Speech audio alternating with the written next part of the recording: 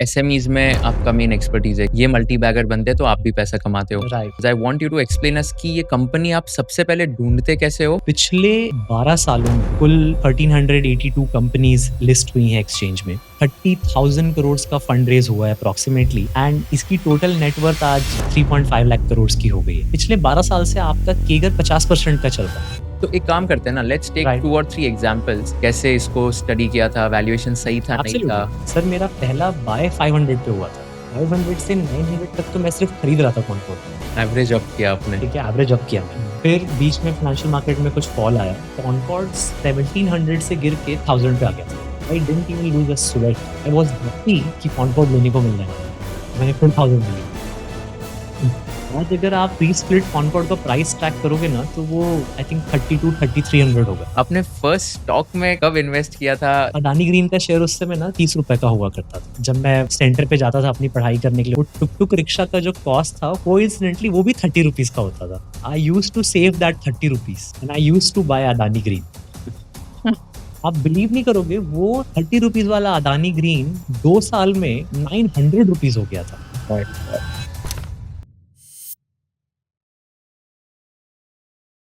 तो आप बेसिकली 10 साल से इन्वेस्टिंग कर रहे हो राइट। एंड आपका एज क्या है अभी? मैं अभी 27 का हूँ, 27 touching 28 now. So you can से 18 साल से एक्टिवली इन्वेस्टमेंट करता हूँ। 27-2018 का जो पीरियड था, उस समय मैं प्रोफेशनली फाइनेंशियल मार्केट को पढ़ना स्टार्ट किया, बहुत डीप में। उसके पहले आप चीज़ें सुनते हो, समझते हो और कुछ पैसे लगा देते हो। But during year 27-2018 you thought कि आपको बहुत अच्छे से देखने की ज़रूरत है मार्केट को। प्रोफेशनली पैसा अगर आपको मैनेज करना है, दूसरों के लिए भी एक्टिवली रिस्पॉन्सिबिलिटी लेनी है, तो that was the time I टूक अ क्लैरियन कॉल ऑन इट। तो अभी एक बार डिटेल में बताओ कि श्योर। आप जैसे एसएमईज़ में आपका मेन एक्सपर्टीज़ है कि ओके एसएमई कंपनीज़ उसमें इन्वेस्ट करना है एंड राइट, देन ये मल्टी बैगर बनते हैं तो आप भी पैसा कमाते हो। राइट। तो before we get into the company specific examples, I want you to explain us कि ये कंपनी आप सबसे पहले ढूँढते कैसे हो? फ़िल्टरिंग कैसे होती है? एंड देन उसके बाद अपन डिस्कस करेंगे कि एक-एक कंपनी में आप क्या देखते हो? तो फर्स्ट ऑफ ऑल मैंने एसएमई को ही क्यों पिक किया? हुँ। तो if you want to understand, आज हमारे कंट्री का इकोनॉमी हम लोग सब जानते हैं कि 4 ट्रिलियन 4.5 ट्रिलियन पहुंच रहे हो आप। उसका एक बहुत बड़ा सेगमेंट है जिसको मैं एसएमई लैंडस्केप बोलता हूँ और द नंबर आपके सामने है। 1 ट्रिलियन का तो ये भाई साहब अकेले हैं। ठीक है? आपने कंट्री के बहुत बड़े लैंडस्केप को मिस कर दिया है और फाइनली एक्सचेंज में एनएससी, बीएससी सब जानते हैं जो बड़े कंपनीज़ की लिस्टिंग के लिए होता है। फाइनली गवर्नमेंट ने एक स्टेप लिया और बोला कि नहीं, एक छोटा एक्सचेंज भी क्रिएट करना पड़ेगा, एनएससी इमर्ज और बीएससी इमर्ज, जहाँ पे ये छोटी कंपनीज़ को मौका मिलना चाहिए पब्लिक फंड रेज़ करने का। तो वो स्टेप 2012 में स्टार्ट हुआ, 2014 में पूरा स्टेबल होके तैयार हो गया। तब से एसएमई चालू हुआ है, ठीक है? अब अगर आप देखेंगे तो ये इतनी छोटी कंपनीज़ हैं लेकिन ये जीडीपी का 30% कंट्रीब्यूट करती हैं आज की डेट पे, which is a big number. आपको ध्यान तो देना पड़ेगा। मैक्सिमम एम्प्लॉयमेंट यहाँ पर क्रिएट होती है, which is a big number. मेरा ये मानना है कि मैं इस स्पेस को इंस्टीट्यूशनलाइज़ करना चाहता था। जब मैं बोल रहा हूँ मैं किसी स्पेस को इंस्टीट्यूशनलाइज़ करना चाहता हूँ, आप कैसे जब स्मॉल कैप या लार्ज कैप में इन्वेस्टमेंट करते हैं, तो आप देखते हैं कि कोई बड़ा एचडीएफसी है या कोटक है या एक्सिस म्यूचुअल फंड उसमें पार्टिसिपेट किया है कि नहीं। आपको ऑटोमेटिकली कंफर्ट आ जाता है। आपको लगता है कि ये बड़े फंड्स अगर इसमें पैसा डालें, तो कुछ तो चेक किए ही होंगे ऑफ कोर्स। पब्लिक का पैसा रखे हैं वो लोग, ऐसे तो नहीं डाल सकते हैं। एज़ अ रिटेलर आपको लगता है कि अब मैं यहाँ पे पैसे लगा सकता हूँ। अच्छा, जब वो फंड हाउसेस उस कंपनीज़ में पैसा लगाते हैं, तो वो लोग 1 दिन के लिए तो पैसा लगाते नहीं हैं, क्योंकि उन लोगों ने बड़ा कैपिटल डिप्लॉय किया है इतनी बड़ी कंपनी में। वो लोग उसके 3 साल, 5 साल के बिज़नेस होराइज़न को, प्रमोटर को, सेक्टर को, फाइनेंशियल्स को समझ कर ही पैसा लगा रहे हैं। आप एज़ अ रिटेलर सिर्फ़ उनके नाम से कम्फर्ट ले लिए।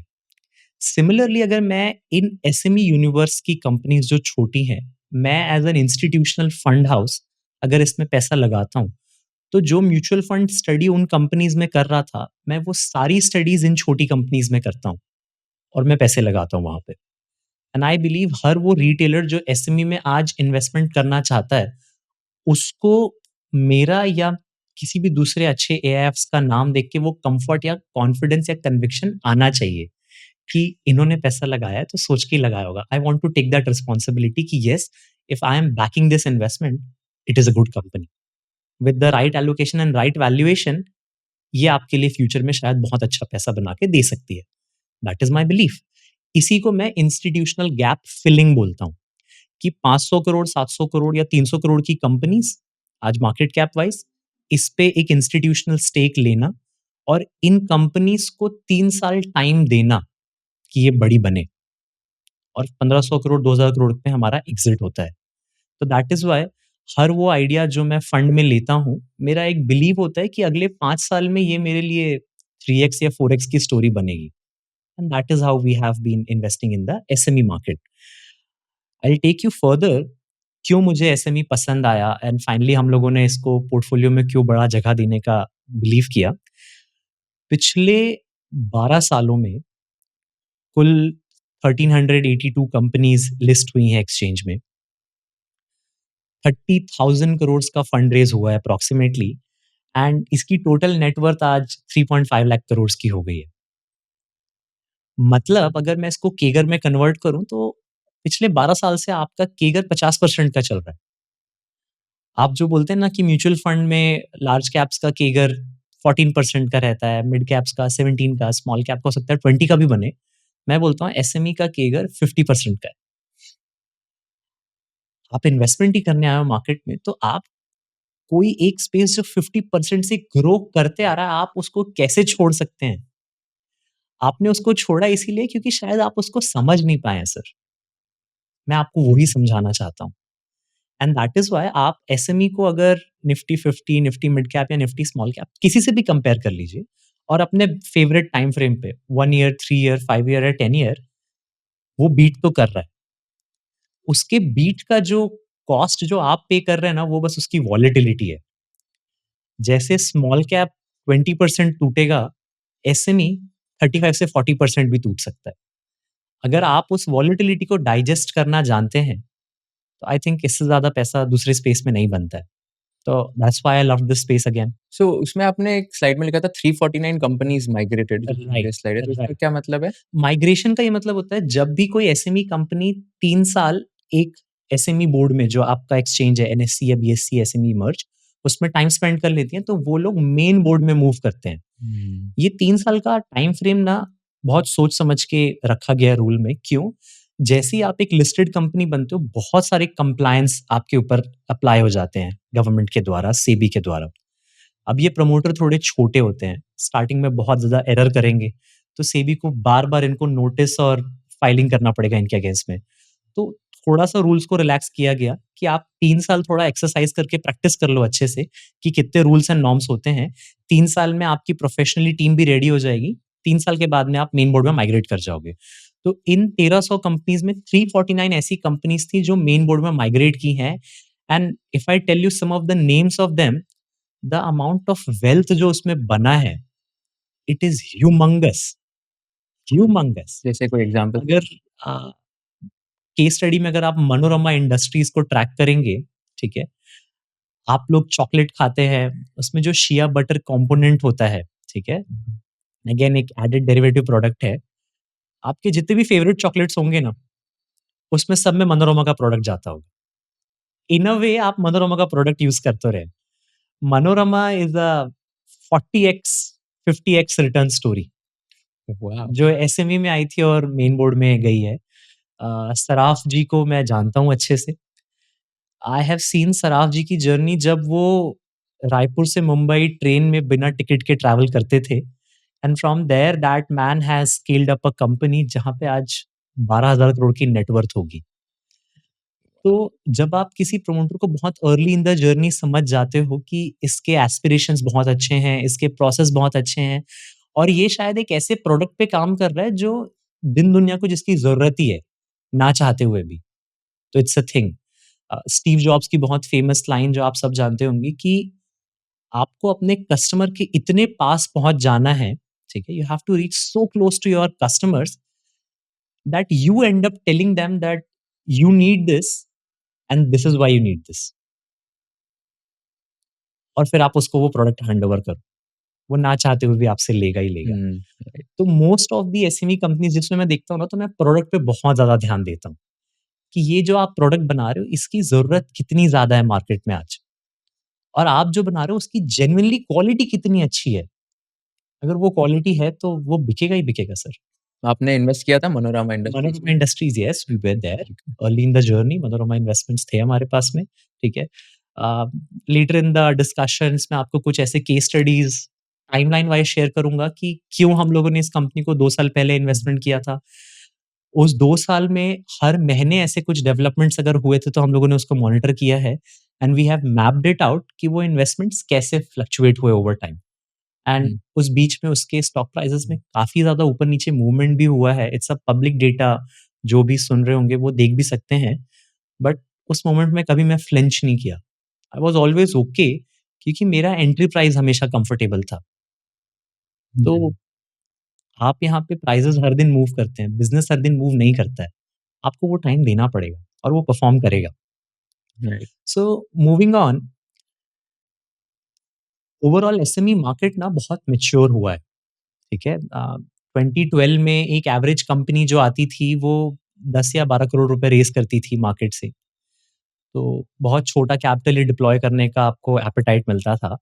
बट फाइनली 2024-2025 अब एक एवरेज कंपनी जो मार्केट में आ रही है वो आज 40-45 करोड़ का फंड रेज़ करती है। तो मेरे पास भी अब एक सीरियस स्पेस हुआ कि मैं एक साइज़ेबल कैपिटल डिप्लॉय कर सकता हूँ। मतलब अगर मैं एक कंपनी को 4 या 5 करोड़ का इन्वेस्टमेंट करता हूँ किसी सिंगल आइडिया पे व्हिच इज़ माय बेंचमार्क और मैं साल में 20-30 आइडियाज़ कर लेता हूँ, दैट मीन्स मैं हर year 150 to 200 crore aggressively growing companies में डिप्लॉय करने के लिए कैपेबल हूँ, which is a good money to deploy. आप हर साल अगर 200 करोड़ डिप्लॉय कर सकते हो, उन कंपनीज़ में जो एग्रेसिवली ग्रो कर रहे हैं और जो हमारा टैगलाइन बिलीफ है कि मैं 3x 4x के लिए एम्प्लॉय कर रहा हूँ कैपिटल को, मेरा हर 200 करोड़ अगले 4 साल में कन्वर्ट हो सकता है 700 करोड़ में। That is my fundamental belief and hmm, that is my bread and butter to work upon. अच्छा, बहुत इंटरेस्टिंग क्वेश्चन होता है कि एसएमई में ही अल्फा क्यों बनता है आपका बार-बार? तो Kushal I will give you a very brief parameter. ये जो कंपनीज़ हम लोग देख रहे हैं ना, इनका जो धंधे का टॉप लाइन होता है बिज़नेस का वो 200-300 करोड़ का होता है। इनका जो मैं बॉटम लाइन या पैट जिसको हम लोग बोलते हैं वो मैं देखना चाहता हूँ वो 10 करोड़, 12 करोड़, 15 करोड़ के आस-पास होता है। ठीक है? ये दोनों नंबर मुझे चाहिए मेरे सारे बिज़नेस में। अगर आप इससे नीचे काम कर रहे हो या इसमें एक भी एलिमेंट मिसिंग है, तो सर हो सकता है मैं आपके बिज़नेस में बहुत इंटरेस्ट नहीं लूँगा because at the end of the day मुझे भी कुछ फ़िल्टर लगाने होंगे। अच्छा, मुझे ये भी चाहिए कि आपके बिज़नेस में ना सर 60-65 करोड़ का फिक्स्ड एसेट होना चाहिए। अगर वो भी मिसिंग है, तो आपने कुछ बहुत ठोस बनाया नहीं है अपने बिज़नेस में अब तक। अब आप इमेजिन करिए एक प्रमोटर जो हर साल 10 करोड़ प्रॉफ़िट कर सकता है, उसके टोटल बिज़नेस में 60-65 करोड़ का एसेट लगा हुआ है। दैट मीन्स 2 से 3 साल में उसने 30 करोड़ तो कमाया होगा अपने बिज़नेस में। तो अगर मैं आपके 3 साल का ट्रैक रिकॉर्ड क्लीनली खोल के पढ़ना चाहूँ, तो मेरे को 30 करोड़ तो मिलेगा ना। वो मिल गया, आई एम सैटिस्फाइड एक लेवल के लिए। इसमें जस्ट वन क्विक क्वेश्चन। सो या, या। आप अभी इधर लिखा है कि structural alpha hmm, hmm. Median post listing return is of 156% versus Nifty 50 18%। तो इसका मतलब है कि जो भी एसएमईज़ लिस्ट हुई है, उनका post listing median return is 156%। So naturally saying 156% यहाँ पे क्या हो रहा है, एक बार कंपनी जब लिस्ट होती है, आप कंपनीज़ को 14x के मल्टीपल पे परचेज़ कर रहे हो, 13x के मल्टीपल पे परचेज़ कर रहे हो। अगर 2 साल में उसका प्रॉफिट डबल हो रहा है, तो 2 साल बाद अगर उसको वापस 15x में आप प्राइस इन करोगे, तो स्टॉक डबल हो चुका होता है। तो दैट इज़ व्हाई वो मीडियन से 150% का एवरेज अल्फा बनता है। बिकॉज़ 100% तो वैसे भी वो बढ़ जाता है वैल्यूएशन रीरेट होने के चलते और क्योंकि मार्केट में थोड़ा मोमेंटम होता है तो 20-30% और पुश हो जाता है। बट वो अगेन एक्सपेंसिव होता है और प्रैक्टिकली मैं वहाँ पे सेलर होता हूँ, मैं होल्ड नहीं करता हूँ बहुत ज़्यादा। I take my exit slowly in that alpha movement या फिर जब यूफोरिक राइज़ आता है तो।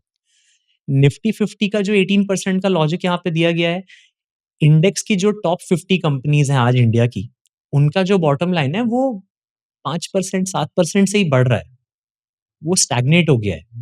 बट क्योंकि वो इतने बड़े कैपिटल पे बढ़ रहा है, तो उसपे फॉरेन मनी का बहुत बड़ा ट्रस्ट होता है। हुँ, वो लोग हमारे छोटे स्पेस में तो नहीं आ सकते, वो लोग इंडेक्स में इन्वेस्टमेंट करते हैं। तो इंडेक्स का एक प्राइस टू रिटर्न होता है।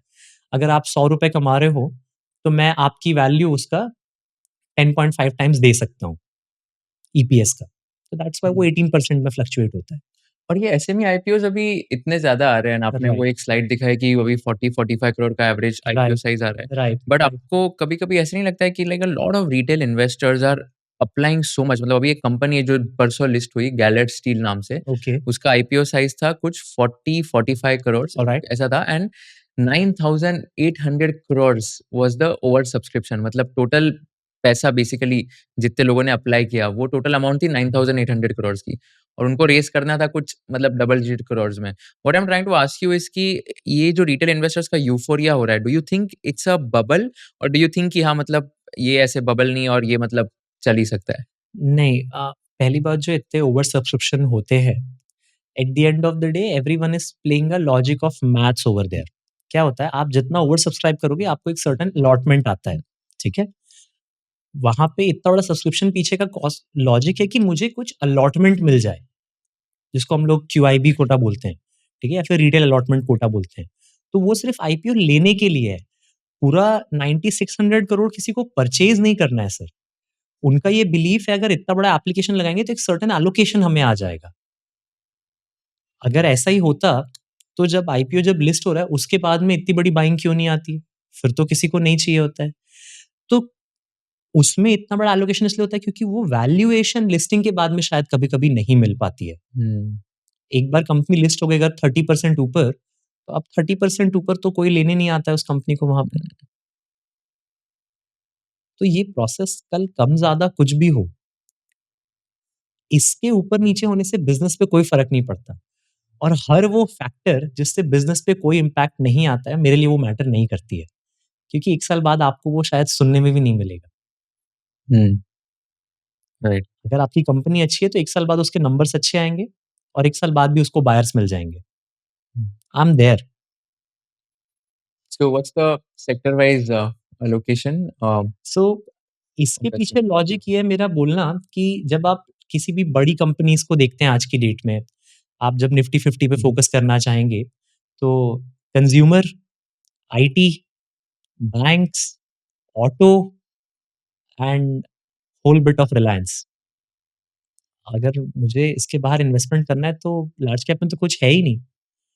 बट जब मैं एसएमई या फिर छोटी कंपनीज़ में आता हूँ तो मेरे पास में इतने यूनिक सेक्टर्स ओपन होते हैं that is beyond your imagination. मैं आपको 2-3 रफ एग्ज़ाम्पल्स देता हूँ, जिससे आपको समझ में आएगा कि मैं कितना नीश इन्वेस्टमेंट कर सकता हूँ जाके। अच्छा, वेस्टसाइड को सब जानते हैं, ज़ूडियो को सब जानते हैं, लेंसकार्ट को सब जानते हैं, ठीक है? आप अपने आँखों के सामने देख सकते हैं कि वेस्टसाइड, ज़ूडियो, लेंसकार्ट खुल तो रहा है, ठीक है? मुझे नहीं पता है कि जो नया स्टोर वेस्टसाइड या ज़ूडियो का खुला है, वो 2 साल में प्रॉफिटेबल होगा या नहीं होगा। व्हाट इफ वो एरिया में कुछ दिक्कत हो गई, कुछ हो गया फॉर एनी रीज़न। बट मुझे ये ज़रूर समझ में आ गया कि जो भी इंसान उस वेबसाइट को खोल के डिलीवर कर रहा है ना, उसकी कंपनी पैसा कमा रही है। किसी को तो मैंडेट मिल रहा होगा ना उस स्टोर को खोलने का। हाँ, और क्योंकि उनको अपना हर स्टोर एक ही तरीके का चाहिए, हर स्टोर में अलग कारीगरी नहीं चाहिए, उनको अलग डिज़ाइन नहीं चाहिए। तो यानी कि कुछ ही सिलेक्टेड लोग होंगे जो हर स्टोर को खोल रहे हैं जाके। हम लोगों ने उस कंपनी को ढूँढ लिया, ठीक है? उस कंपनी का नाम सेफ एंटरप्राइज़ है। आप देख सकते हैं। वो एक एसएमई कंपनी है। एज़ अ डिस्क्लोज़र मैं कोई बाय सेल रिकमेंडेशन नहीं दे रहा हूँ। फिनएवेन्यू का उसमें इन्वेस्टमेंट था। मेरी इन्वेस्टमेंट 135 पे होगी। आज स्टॉक आई थिंक 300 के आसपास चल रहा होगा। आप भी ज़ूडियो लेंसकार्ट देख रहे हो, मैं भी देख रहा हूँ। द डिफरेंस वाज़ कि आप ज़ूडियो लेंसकार्ट देख के ट्रेंड को ही देख पाए, बट मैंने उस पूरे सेक्टर की वैल्यू चेन पढ़ ली और मैं नीचे तक आ गया। एक ऐसे प्लेयर को ढूँढ लिया जो अनडिस्प्यूटेड एडवांटेज में खड़ा है। मुझे सेफ पसंद इसलिए आया क्योंकि उसका क्लाइंट ज़ूडियो वेबसाइट था। अगर उस कंपनी का क्लाइंट कोई छोटा प्लेयर होता, लेट्स से मैं बोलता हूँ फिनएवेन्यू का ऑफिस ही उसका क्लाइंट होता, तो मैं कितने ही ऑफिस खोलूँगा साल में, तो मुझे सेफ कभी पसंद नहीं आता। मेरे हर एक इन्वेस्टमेंट बेट पे मेरी जो कंपनीज़ हैं, उनके क्लाइंट्स मेरी कंपनी से ज़्यादा तेज़ ग्रो कर रहे हैं। अनदर एग्ज़ाम्पल मैं आपको ये देख सकता हूँ, आप जो शैम्पू यूज़ करते होंगे, आप जो क्रीम लगाते हैं, कहीं पे कलर है, कहीं पे फ्लेवर है, ठीक है? इनके जो सप्लायर्स हैं, वो मेरी एसएमई कंपनी है। आप कोई भी ब्रांडेड प्रोडक्ट्स यूज़ कर लें, उसका की इंग्रीडिएंट मेरी कंपनी दे रही है, एग्ज़ाम्पल देना। ठीक है? जैसे कि Saturom is the name of the business. आप उनकी कभी क्लाइंट बेस जाके चेक करिएगा। अनदर एग्ज़ाम्पल, आपके घर में छोटे बेबीज़ हैं, वो लोग मामी पोको पैंट्स का डायपर पहनते होंगे, सैनिटरी नैपकिन प्रोडक्ट्स है, ठीक है? आप जब फ्लाइट में ट्रैवल करते हैं, तो वो पीछे आपके लगा नहीं रहता है पॉलिएस्टर का प्रोडक्ट, हाँ, ठीक है? आप होटल्स में जाते हैं, तो जो स्लीपर्स होते हैं, ठीक है? ये एक टेक्निकल टेक्सटाइल प्रोडक्ट होता है, ठीक है? तो आई हैव अ कंपनी जो प्रॉक्टर एंड गैम्बल को भी सप्लाई करता है, मामी पोको पैंट्स को भी सप्लाई करता है, सारे ब्रांड्स को। I have that SME company in the portfolio. What is the name? इसका नाम है स्पनवेब, हुँ, ठीक है? तो सर, मेरा कहने का ये मतलब है कि आप जितने भी लार्जर ट्रेंड्स को स्टडी कर रहे हैं, आप कभी एक बार उनके सप्लायर्स या वैल्यू चेन को एक बार ओपन तो करके देखो। आपको कहीं न कहीं उसमें एक एसएमई कंपनी दिखेगी। आप पहुँच जाओ ना, तो मैं तो अपने हर एसएमई कंपनी के दरवाजे तक जाता हूँ। मैं प्रमोटर से भी मिलूँगा, और एक बार नहीं मिलूँगा, मैं अपने अच्छे एसएमई कंपनी के इन्वेस्टमेंट्स में मैं साल में उनसे 5 बार मिलता हूँ। आप जब एक इंसान से बार-बार मिलोगे, तो आपको उसके आव-भाव सब समझ में आते हैं। वो क्या सोच रहा है, कैसे बड़ा बनना चाहता है, उसका क्या प्लान है। पहले मीटिंग में शायद वो आपको बोलेगा कि मैं 6 महीने में ऐसा-ऐसा सोचता हूँ, 12 महीने में ऐसा-ऐसा सोचता हूँ। आप 6 महीने का टाइम दे दो उसको। अगर वो करके दिखाता है, तो ट्रस्ट बिल्ड होता है आपका। तो मुझे एसएमई में इतने सेक्टर प्ले करने का मौका मिलता है, दैट इज़ बियॉन्ड इमेजिनेशन। आप रोड्स बनते देख रहे हैं, बिल्डिंग्स खड़े होते देख रहे हैं, ब्रिज बन रहे हैं। अच्छा, आप देखते हैं कि एल-एन-टी तो बना रहा है, दिलीप बिल्डकॉन बना रहा है, अशोक बिल्डकॉन बना रहा होगा, पीएसपी बना रहा होगा, ठीक है? फिर अदानी बना रहा होगा। ये सारे नाम्स तो ब्रांड में आपको दिखते हैं। आपने सब जगह मशीन्स खड़ी हुई देखी होंगी। आपने कभी नहीं सोचा ये मशीन कौन दे रहा है? मैं उस मशीन सप्लायर पे इन्वेस्टमेंट करता हूँ। हुँ, वो मशीन सप्लायर 9% के कॉस्ट पे वो मशीन्स खरीद रहा है फाइनेंस करा के, और उसका एनुअल रिटर्न इस मशीन्स को रेंट आउट करके 30% का आता है। उसको 20% का आर्बिट्राज अपॉर्च्युनिटी मिलता है, और वो मेहनत कर लेता है कि वो रोल करता है मशीन्स को इन कॉन्ट्रैक्ट्स के बीच में। मैंने उसपे इन्वेस्टमेंट किया। We made a wonderful return there. क्या नाम है विजन कंपनी का? Infra solutions. हुँ, सो इतने एसएमई एग्जांपल्स मैं आपको ऐसे केस स्टडीज वाइज दे सकता हूँ, जो अच्छा काम कर रहे हैं, इसलिए नहीं कि मैं पहुंच गया उनको देख के और मैंने पैसा लगा दिया। मैंने भी वो ही देखा जो आप देख रहे हैं हर दिन। Trend, Zudio, construction, machinery, everything. But मैं बस उसको खोल के एक स्टेप पीछे चला गया और देखा कि इसके तरक्की के साथ में और कौन है जो बढ़ पा रहा है। सिंपली रीच देयर, हुँ। और आप उसको स्टडी करो अच्छे से। बाय हैंड्स आउट कि ऐसा नहीं हो सकता है कि आप बस सप्लायर्स लिस्ट देख लो और पैसे लगा दो। ऐसा नहीं होता है sir. How to decide the right valuation? उसके लिए मैं बोलूँगा आपको कॉम्पिटिशन को भी पढ़ना पड़ेगा। तो एक काम करते हैं ना, लेट्स टेक राइट, 2 और 3 एग्जांपल्स राइट, एंड देन एक-एक एग्जांपल करके अगर आप बता सकते हो कि कैसे इसको स्टडी किया था, वैल्यूएशन सही था, नहीं था, एब्सोल्यूटली, तो I think that will be very interesting for all of absolutely, us to absolutely, understand. Absolutely. So, what we'll do, we'll start with one of the idea, hmm, Concord Control Systems, ठीक है? Concord control systems 2011 से company बनी। उसके पहले से ही promoter का Railways में काम रहा हुआ है और इंटरेस्ट रहा हुआ है। अगर आप कॉनकॉर्ड की हिस्ट्री देखेंगे, तो promoter is based out of Lucknow, ठीक है? गौरव लत जी को मैं बहुत अच्छे से जानता हूँ। लखनऊ से प्रमोटर ने बिज़नेस स्टार्ट किया। ट्रेडिशनल रेलवे के इलेक्ट्रिकल सिस्टम्स में काम था इनका। आप जो देख सकते हैं कि जो रेलवे के फैन्स होते हैं, लाइट्स होते हैं, ये लोग वो बनाते थे और सप्लाई करते थे।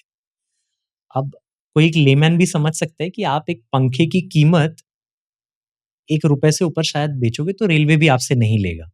गौरव लत को भी ये बात समझ में आ गई थी। मतलब ₹1 से ज़्यादा? मतलब अगर मैं एक पंखे को ₹200 में बेचता हूँ, ओह! तो वो ले लेगा। लेकिन मैं बोलूँगा ये पंखा मैं ₹2000 में बेचना चाहता हूँ। रेलवे क्यों लेगी आपसे? हुँ, तो यानी कि अगर आपको अपनी कंपनी के प्रॉफिट बढ़ाने हैं, तो अब आपको इस साल शायद 100 पंखे ज़्यादा बेचने पड़ेंगे, तो ही प्रॉफ़िट बढ़ेगा, हुँ, क्योंकि रेट तो आप बढ़ा नहीं सकते हो। गौरव लत को भी ये बात समझ में आई। तो मतलब अगर हर साल कॉनकॉर्ड जो पैसा कमा रही थी अपना बिज़नेस करके, गौरव लत ने एक बहुत अच्छा सोच रखा कि मैं अब सिर्फ़ पंखे नहीं बनाऊँगा, मेरे को नए प्रोडक्ट्स में जाना है। लखनऊ में रह के वो पॉसिबल था नहीं। गौरव लत ने फाइनली ये डिसीज़न लिया कि मुझे बैंगलोर, हैदराबाद में रेलवे में जो टेक्नोलॉजी में जो कंपनीज़ काम कर रही हैं, मेरे को उस स्पेस में एंटर करना है। प्रमोटर टूक a very wise decision. Finally promoter ने आईपीओ भी इसीलिए किया क्योंकि मुझे पब्लिक फंड चाहिए ताकि मैं उन कंपनीज़ को जाकर खरीद पाऊँ। मैंने आपको थोड़ी देर पहले एग्ज़ाम्पल क्या बताया था कि आपको कुछ अच्छा बनाना आना चाहिए और उसको अच्छे से बेचना आना चाहिए। गौरव लत इज़ वन पर्सन जिसको चीज़ें अच्छे से बेचनी आती है। उन्होंने उन लोगों को ढूँढ लिया जिनको चीज़ें अच्छी बनानी आती थी, ठीक है? So he ended up taking stake in certain good companies जैसे कि एडवांस रेल हो गया, प्रोगोटा हो गया, फ्यूजन हो गया। इसमें गौरव लत ने छोटे-छोटे स्टेक बाय करना स्टार्ट किया। स्ट्रैटेजिक एक्विजिशन बोलते हैं उसको, ठीक है? आज आप जितनी भी एसएमई कंपनीज़ जो कैपिटल मार्केट में लिस्ट हो रही है, उनका ट्रेंड देखोगे, शायद हर एक को वर्किंग कैपिटल या डेट रीपेमेंट के लिए ही फंड रेज़ करना था। कॉनकॉर्ड एक्सेप्शन था जिसमें उनको बोला था कि वर्किंग कैपिटल के लिए पैसा नहीं चाहिए मुझे। मुझे तो कंपनी खरीदनी है जाके उसके लिए पैसा रेज़ करना है आपका। और मैं आज जिन कंपनीज़ को खरीद रहा हूँ, आप देखना 2 साल में इनका प्रोडक्ट मैं कैसे लॉन्च करता हूँ। तो अगर ये डिसीज़न 2022 का था, आज 2025 चल रहा है। 3 साल में कुछ तो होना चाहिए ना, नंबर्स में कुछ तो आना चाहिए। ये दोनों चीज़ हुआ है। I will show it to you. अच्छा, कॉनकॉर्ड का जो लेगेसी बिज़नेस था, जो मैंने आपको बताया फैन्स और लाइट्स का था।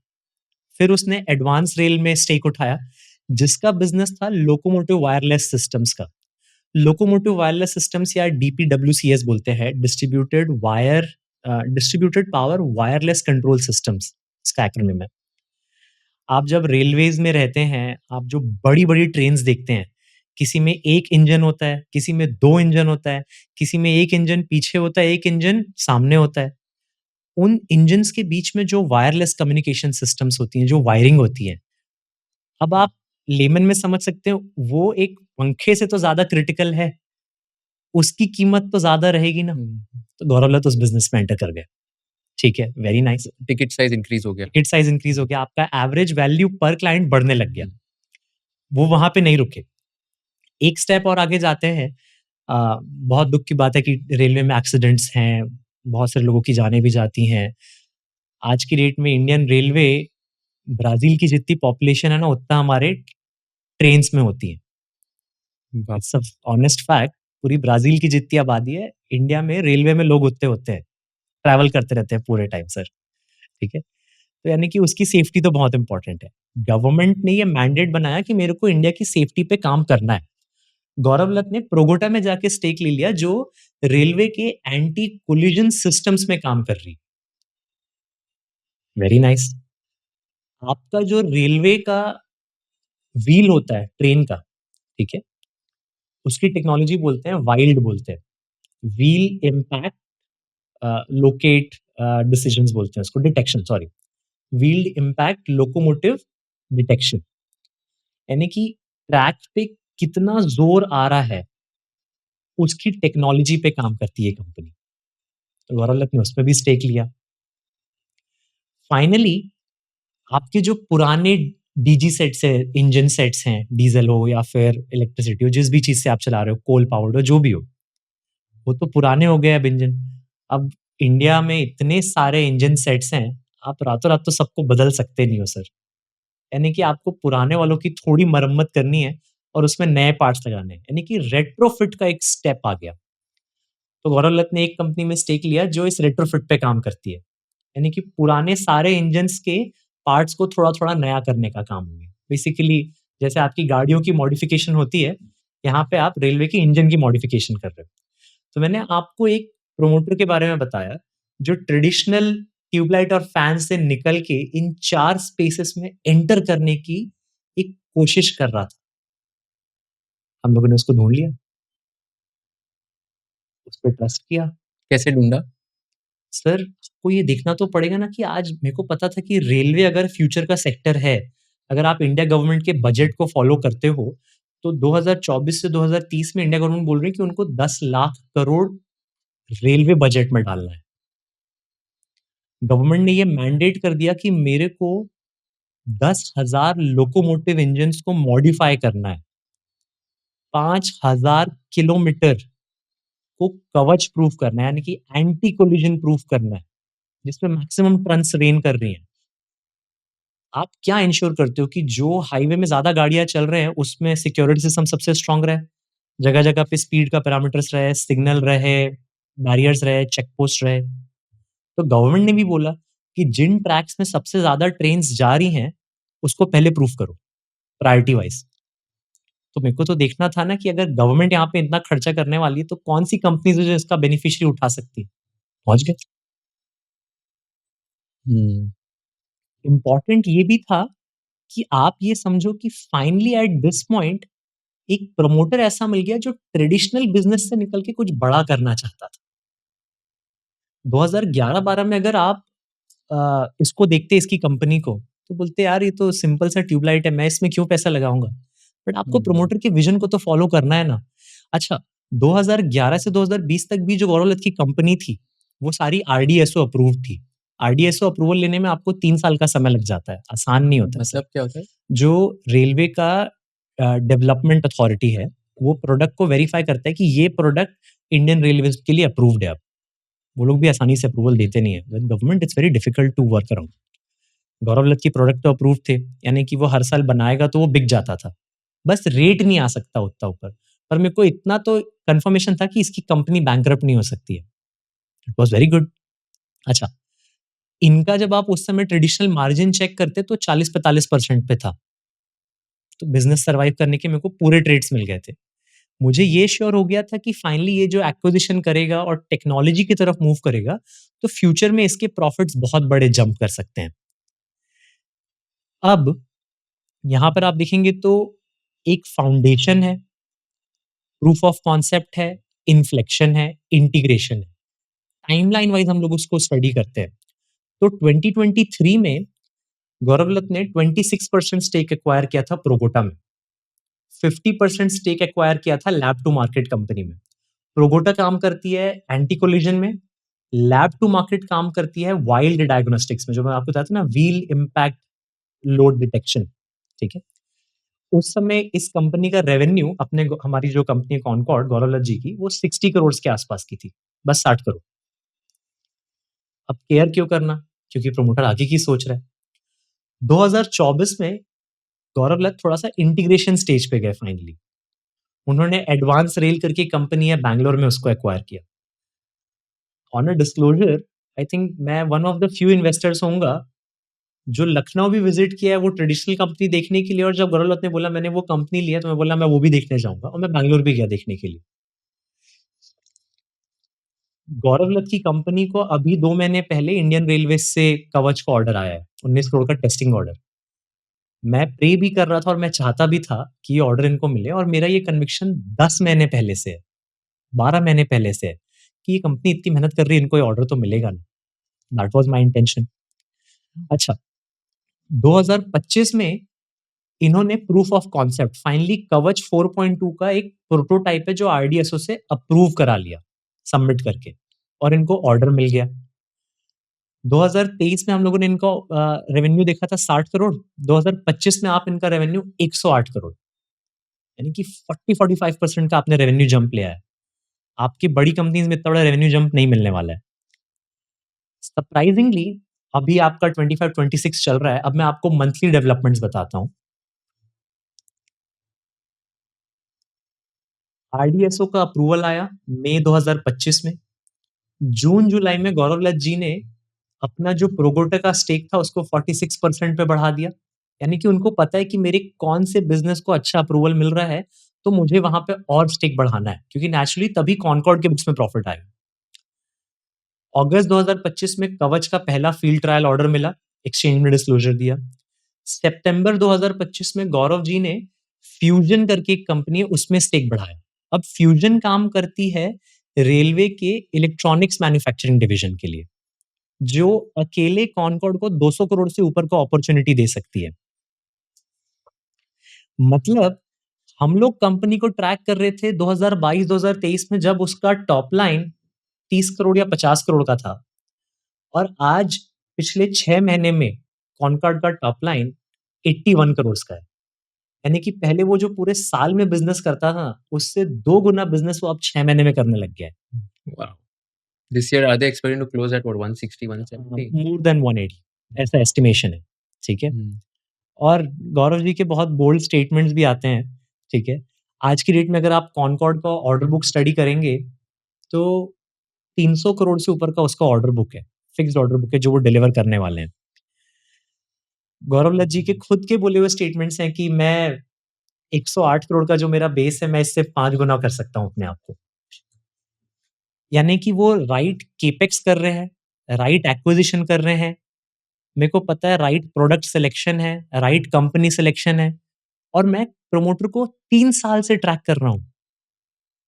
Hmm. मैंने हर महीने भी ट्रैक किया है, 6 महीने में रिजल्ट्स भी वेरीफाई किया है, उन्होंने डिलीवर किया है। तो फिनएवेन्यू जब 2023 में हम लोग लेना स्टार्ट किए थे कॉनकॉर्ड को, तो वो 400 पे हम लोगों ने वॉच करा, 300 पे वॉच किया। सर मेरा पहला बाय 500 पे हुआ था। 500 से 900 तक तो मैं सिर्फ खरीद रहा था कॉनकॉर्ड को, क्योंकि मेरे को विज़न दिख गई थी, Average up किया आपने। ठीक है? एवरेज अप किया मैंने। Hmm. मेरे बाद में स्टॉक लेने के बाद में 1700 तक के रैली किया था। पैसा डबल हो गया था। टेक्निकली मैं बेच भी सकता था। बट मैं कैसे बेचूँ जब इतने डेवलपमेंट्स आ रहे हैं? तो हम लोगों ने कभी एग्ज़िट नहीं किया था। फिर बीच में फाइनेंशियल मार्केट में कुछ फॉल आया। आई थिंक लास्ट ईयर सितंबर दिसंबर में फॉल शुरू हुआ। आप हर कोई ट्रैक कर सकता है, कॉनकॉर्ड 1700 से गिर के 1000 पे आ गया था। आपके पर्सनल पोर्टफोलियो में कोई स्टॉक अगर 70% गिर जाता, मैं लिख के दे सकता हूँ शायद आप डर के बेच देते। But I didn't even lose a sweat. I was happy कि कॉनकॉर्ड लेने को मिलने वाला है। मैंने फिर 1000 में ले लिया। आज अगर आप प्री स्प्लिट कॉनकॉर्ड का प्राइस ट्रैक करोगे ना, तो वो आई थिंक 32-3300 होगा। दैट इज़ द जर्नी जहाँ पे कॉनकॉर्ड का प्रॉफिट 30 करोड़ से आज H1 पे 80 करोड़ चल रहा है, सॉरी रेवेन्यू 80 करोड़ चल रहा है। मेरा एवरेज अगर 700 से आज 3000 चल पा रहा है। Hmm. सो कोई चीज़ को केस स्टडी में देखना, मंथली मॉनिटर करना और उसको सालों के लिए मैप आउट करना डेफिनिटली आसान नहीं है, बहुत डिफिकल्ट है। आप इस जर्नी में बीच में बहुत बार कन्विक्शन लूज़ आउट भी करोगे सर। बट इसका ये मतलब नहीं है कि आप उस इन्वेस्टमेंट को छोड़ दो। Hmm. Right. आपको उसके साथ स्टिक करना पड़ेगा। अच्छा, इस पूरे जर्नी पे कभी भी मैंने कॉनकॉर्ड पे ओवर एलोकेशन भी नहीं किया। क्योंकि क्या होता है जब आप किसी चीज़ पे बहुत ज़्यादा ओवर एलोकेशन कर दोगे ना, तो आपका एक बायस इफेक्ट आ जाता है। On an average आप कितना allocate करते हो ऑन परसेंटेज? एन एवरेज एक किसी भी एसएमई आइडिया में मैं 1.2% से एलोकेशन स्टार्ट करता हूँ और उसको मैक्सिमम 2.5 या 2.8% तक लेके जाता हूँ। Okay. मतलब आप लॉजिकली सोचोगे, वर्स्ट क्या हो सकता है? 30-40% का लॉस हो सकता है। यानी कि मेरे टोटल एयूएम पे 0.25 का एक एवरेज हिट आ सकता है मेरे को। बट जो मैं टारगेट कर रहा हूँ कि sir 2x, 3x, 4x, 5x की जर्नी राइड करनी है मुझे, तो मेरा हर 2 या 2.5% का एलोकेशन 10% होल्डिंग वेट पे आ सकता है। यानी कि पूरे एयूएम को वो 6-7% का एडिशन दे सकता है। तो अगर मैंने ऐसे 25 डिसीजंस लिए हैं और 20 भी सही कर गए, तो पोर्टफोलियो को तो वो अकेले चला सकते हैं। Hmm. तो that is why even if you like the idea, मैं नहीं चाहता हूँ आप कभी भी 2.5% से ज़्यादा एलोकेशन करो। अगर आपको लगता है ना कि वो आइडिया 30-40% से कंपाउंड कर सकता है, आप उसमें 2.5% लगा के उसको छोड़ दो सर। वो आपके लिए काम करेगा अच्छे से। आप ऐसे 20 डिसीजन ले लो, जो 30% से कंपाउंड कर सकते हैं। It's a rule of stats, mathematics का प्रूवन लॉ है कि अगर आपने एक राइट एलोकेशन किया है और आपने जितने हम लोग ने रूल्स फिल्टर्स लगाए वो अगर सब कुछ सही होता है, with the right allocation, with the right filters, if you are right 66.6% of the time, आपका वेल्थ कभी इरोड नहीं होगा। वो मैथमेटिक्स का रूल है, क्योंकि वन स्टैंडर्ड डेविएशन जो होता है 66% प्रोबेबिलिटी जहाँ पे हिट होती है, अगर आपके पोर्टफोलियो की सारी कंपनीज परफॉर्म कर रही हैं और कुछ ड्रॉडाउन भी आती है, आपका वेल्थ कभी इरोड नहीं होगा। Investing in the small cap space and the nano cap space, पहला चीज होता है फेलियर, आपको वो अवॉइड करना है, यानी कि कैपिटल ड्रॉडाउन नहीं होना चाहिए बहुत बड़ा। तो मैंने उसको एलोकेशन के थ्रू कंट्रोल कर लिया। फिर आपकी केस स्टडीज हैं, आपकी प्रोफाइलिंग अच्छी है, परफॉर्मेंस आ जाती है। टाइम, पेशेंस तो बहुत है फिर हमारे पास में। एज एन इंस्टीट्यूशन हम लोग पैसे लगा के 3-3 साल वेट ही तो करते हैं। मैंने आपको 2022 से 2025 की जर्नी आई थिंक 15 या 20 मिनट्स में सम अप करके बताई होगी कॉनकॉर्ड की। बट आप सोचो मैं उसको 3 साल उस जर्नी को खुद निकाला हूँ, तो हुँ, वो मेरे लिए कितना ज़्यादा पीरियड हुआ होगा। राइट। ऑन एन एवरेज आप एक स्टॉक को कितने मंथ्स या ईयर्स के लिए होल्ड करते हो? टू बी फेयरली ऑनेस्ट, अगर मैं किसी स्टॉक में इन्वेस्टमेंट किया हूँ और अगर उसकी नेक्स्ट 3 साल की अर्निंग की प्राइस कभी भी आएगी, सर मैं सेल करूँगा। मतलब मतलब अगर आप इस साल 10 करोड़ का प्रॉफिट करने वाले थे अपने बिज़नेस में, ठीक है? मैं आपसे मिला, मैंने केस स्टडी बनाई, रिसर्च किया, कॉम्पिटिशन को पढ़ा, सब देखा। Finally I figured it out कि आप आज से 2 साल में 10 करोड़ के प्रॉफिट से शायद 30 करोड़ के प्रॉफिट में चले जाओगे, ठीक है? बहुत बड़ा जंप है। आप जिस भी सेक्टर के होंगे, आप आईटी होंगे, आप केमिकल होंगे, फार्मा होंगे, कोई भी होंगे सर आप। अगर आप आईटी हो तो 10 करोड़ के पैट में आपका वैल्यूएशन बनता है मे बी 20x या 25x, ठीक है? लोग उससे ज़्यादा भी देते होंगे, मैं नहीं देता हूँ, ठीक है?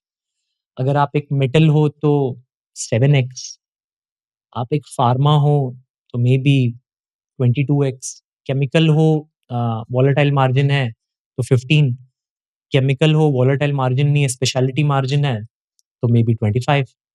तो ऐसे वेरिंग मैट्रिक्स होते जाएँगे, ठीक है?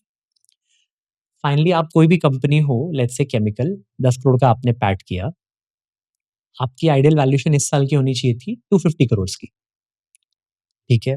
मैंने परचेज़ कर लिया है।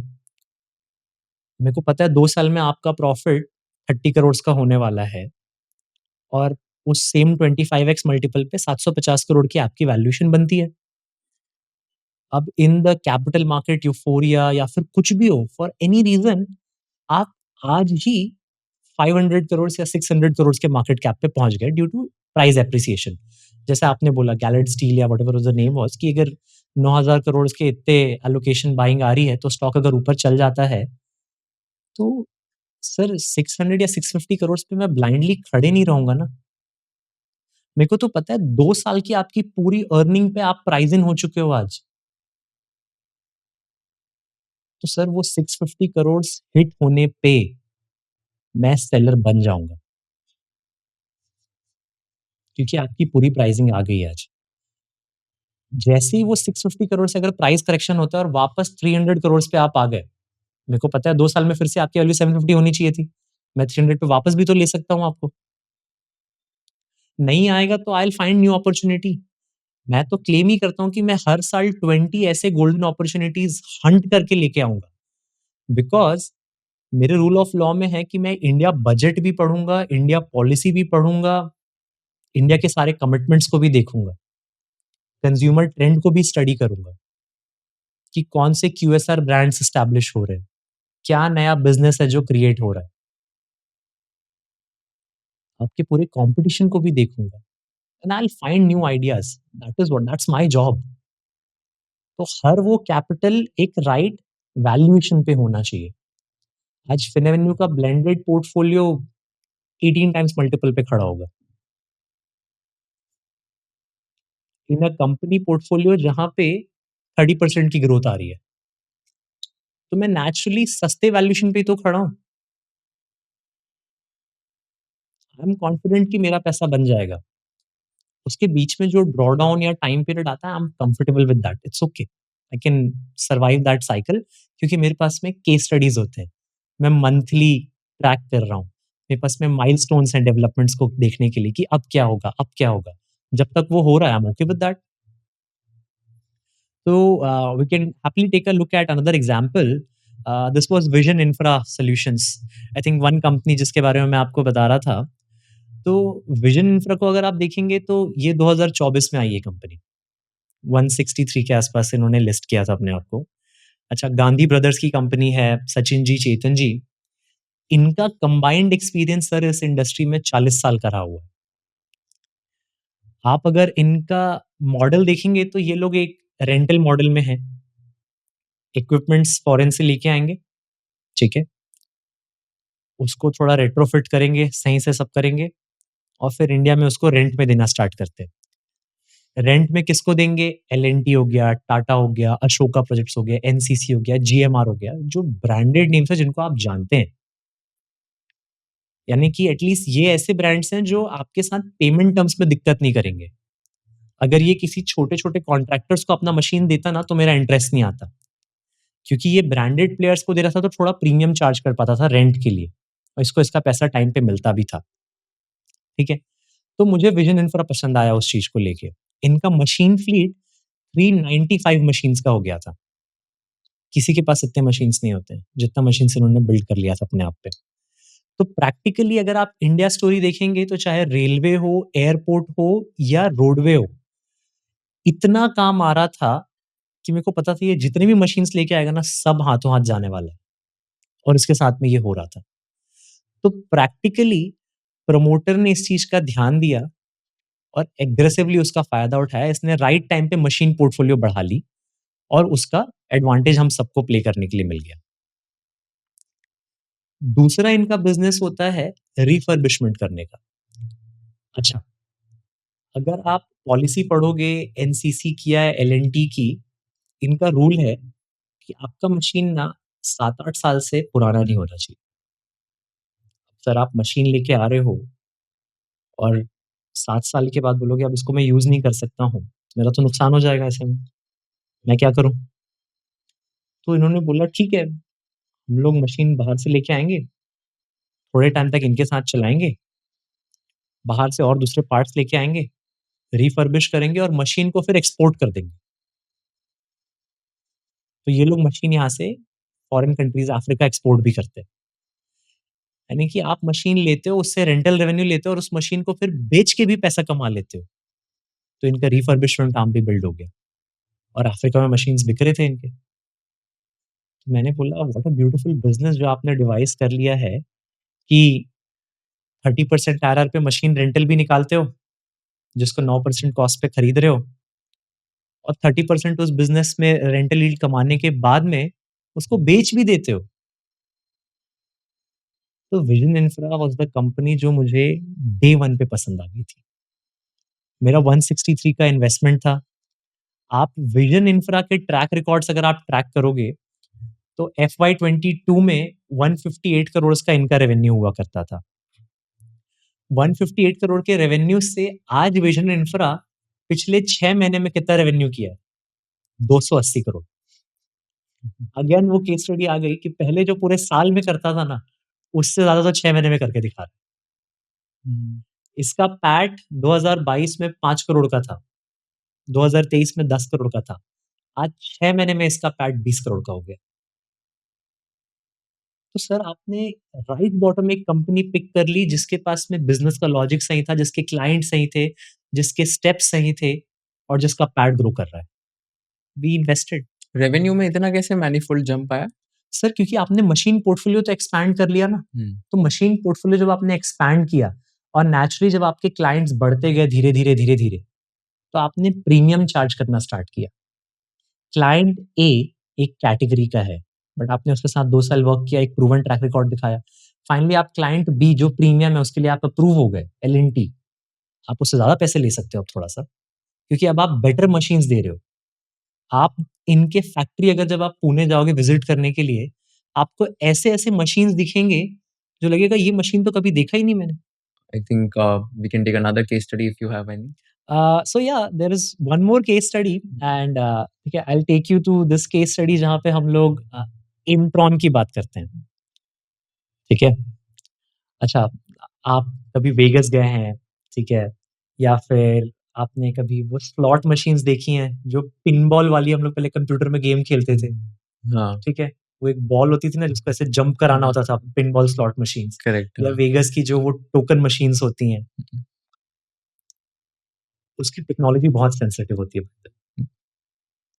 आई फाउंड अ कंपनी जो वो बनाती है, ठीक है? इम्ट्रॉन इलेक्ट्रॉनिक्स इज़ दैट कंपनी जिसको हम लोगों ने पिक किया स्टेक के लिए, ठीक है? इलेक्ट्रॉनिक मैन्युफैक्चरिंग सर्विसेज में ना 3 डिवीज़न होता है, ठीक है? एक होता है पीसीबी असेंबली, एक होता है ओडीएम जिसको हम लोग बोलते हैं original design manufacturing and finally एक होता है बॉक्स बिल्डिंग, ठीक है?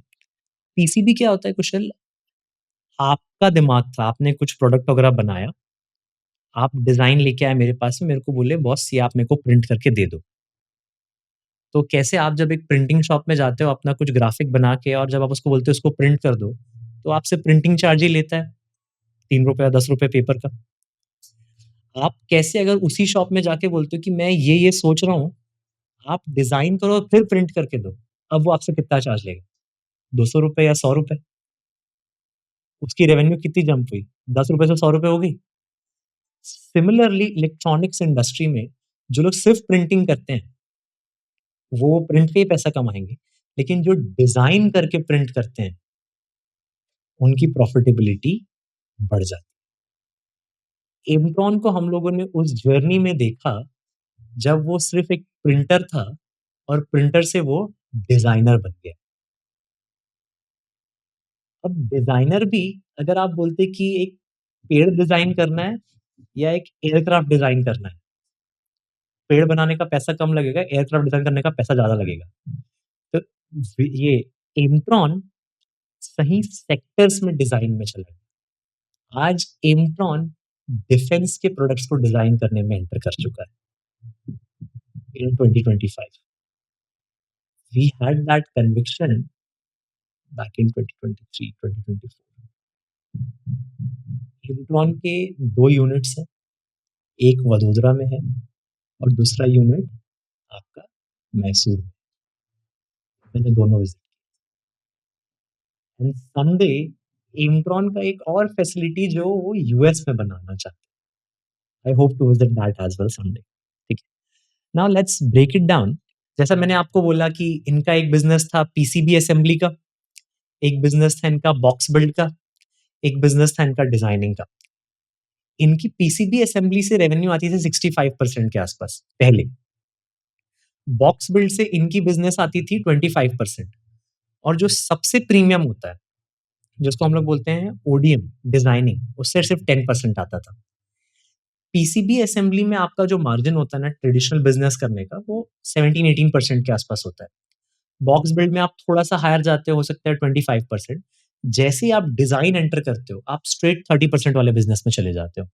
मतलब मुझे क्या चाहिए था कि एम्ट्रॉन पीसीबी से निकल कर बॉक्स बिल्ड और ओडीएम को बढ़ाए, क्योंकि वो सेम टॉप लाइन जो जनरेट करेगा, वो अब हायर मार्जिन पे जनरेट करना स्टार्ट कर देगा। तो पहला जब आप इनका सरप्राइज़ देखोगे 2025 में, इनका revenue straight shot up 158 crore पे इसीलिए हुआ, क्योंकि ये लोग अपना प्रोडक्ट कॉम्पोज़िशन चेंज कर दिए। एम्ट्रॉन ने जनवरी 2025 में यूएस में एक सब्सिडियरी खोली, क्योंकि इनके काफ़ी क्लाइंट्स यूएस से भी इन्वॉल्व हो रहे हैं। जो मैं आपको कैसीनो के स्लॉट मशीन्स की बात कर रहा हूँ ना, वो लोग यूएस में सप्लाई करते हैं। तो नेचुरली इन्होंने फाइनली यूएस में एक कंपनी इनकॉर्पोरेट कर दी, उनको बेटर तरीके से डील करने के लिए। तो मेरे को समझ में आया कि ये एक प्रोफेशनलिज्म की तरफ और मूव करना चाहते हैं। रिसेंटली अक्टूबर 2025 में इनको एएसएन 9100 डी सर्टिफिकेशन मिला है। ये सर्टिफिकेशन लेने के लिए ना आपको 3 से 5 साल का समय लगता है। एम्ट्रॉन काफ़ी टाइम से बोल रहा था कि इसको मिलेगा, मिलेगा, मिलेगा, मिलेगा। फाइनली इनको एक सर्टिफिकेशन मिला। अब ये डिफेंस इलेक्ट्रॉनिक्स डिवीजन पे भी काम कर सकता है। तो मेरा कन्विक्शन एम्ट्रॉन में और बढ़ना स्टार्ट हो गया। फाइनली यूएस ओडीएम आप देखोगे तो आज 97 करोड़ का इनके पास में ऑर्डर बुक बैठा हुआ है। डोमेस्टिक बिज़नेस में ये लोग बॉक्स बिल्डिंग में काम कर रहे हैं, यानी कि डिज़ाइन करके उसको पूरा ढाँचा बनाना, उसमें 46 करोड़ का इनके पास में ऑर्डर बुक है। नवरत्ना पीएसयू से इनको ऑर्डर बुक आ चुका है, जो अभी डिस्क्लोज़ नहीं है पब्लिक में, तो हम लोग उसके बारे में डिस्क्लोज़ नहीं कर पाएँगे। और इनका पीछे से पीसीबी का 300 करोड़ का ऑर्डर बुक पड़ा हुआ है।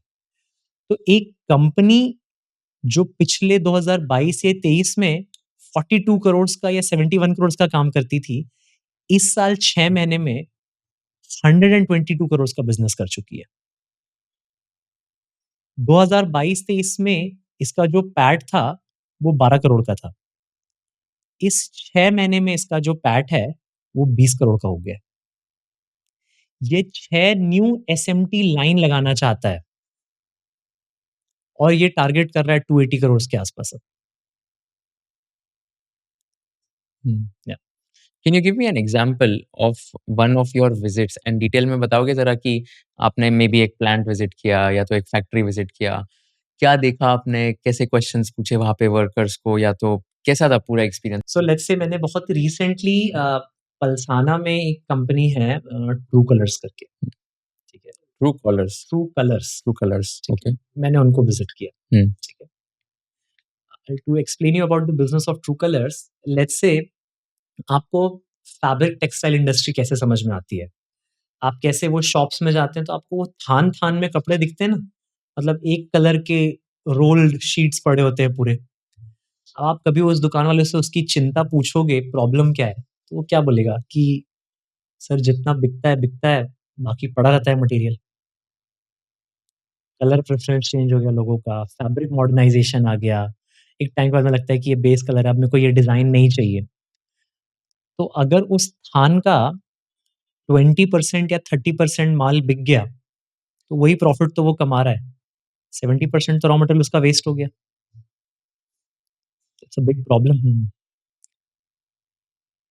डिज़ाइन इतना फ्रीक्वेंटली चेंज होने लग गया कि थोड़े टाइम के बाद में पुराना डिज़ाइन रिडंडेंट हो जाता है। अब वो थान में एक बार प्रिंट हो गया, तो वो भी बहुत बड़ा इश्यू है, वो भी वेस्ट हो गया। उसको बाद में उनको डिस्काउंट कर करके 70% डिस्काउंट में बेचना पड़ता है, ठीक है? आपके घरों में जो पर्दे लगे हैं, ठीक है? There are influential families, middle class families, lower middle class, poor class. हर इंसान अपने घर में पर्दा डिज़र्व करता है। कुछ लोग अफ़ोर्ड कर पाते हैं, कुछ लोग नहीं कर पाते हैं। कुछ लोग डिज़ाइनर पर्दे ले पाते हैं, कुछ लोग नहीं ले पाते हैं। तो मैंने एक अपॉर्च्युनिटी देखी कि यार इसका सॉल्यूशन क्या हो सकता है? That means a technology shift from traditional textile fabric to printing textile fabrics. मतलब आपके एक 4 बाय 4 के फैब्रिक में, ठीक है, या 1 मीटर के फैब्रिक में या 5 मीटर के फैब्रिक में आप अभी तक सिर्फ एक डिज़ाइन देखते थे। मैं आपको उसमें 100 डिज़ाइन दिखाऊँगा अब, छोटे-छोटे प्रिंट करके। फैब्रिक के ऊपर मैं पूरी प्रिंटिंग कर दूँगा। इसके लिए मशीन चाहिए, इसके लिए एक केमिकल चाहिए जो उसको प्रिंट करा सके, इसके लिए एक स्पेशल पेपर चाहिए जो पेस्टिंग करा सके। यानी कि कितने बिज़नेस हो गए? मशीन, पेपर, इंक, केमिकल, ये चारों ट्रेड्स मेरे को एक कंपनी में मिल गए, हुँ, ठीक है? उसका नाम था ट्रू कलर्स। I visited True Colors. ट्रू कलर्स के फाउंडर्स सतीश भाई, संजय भाई, they are all IITians,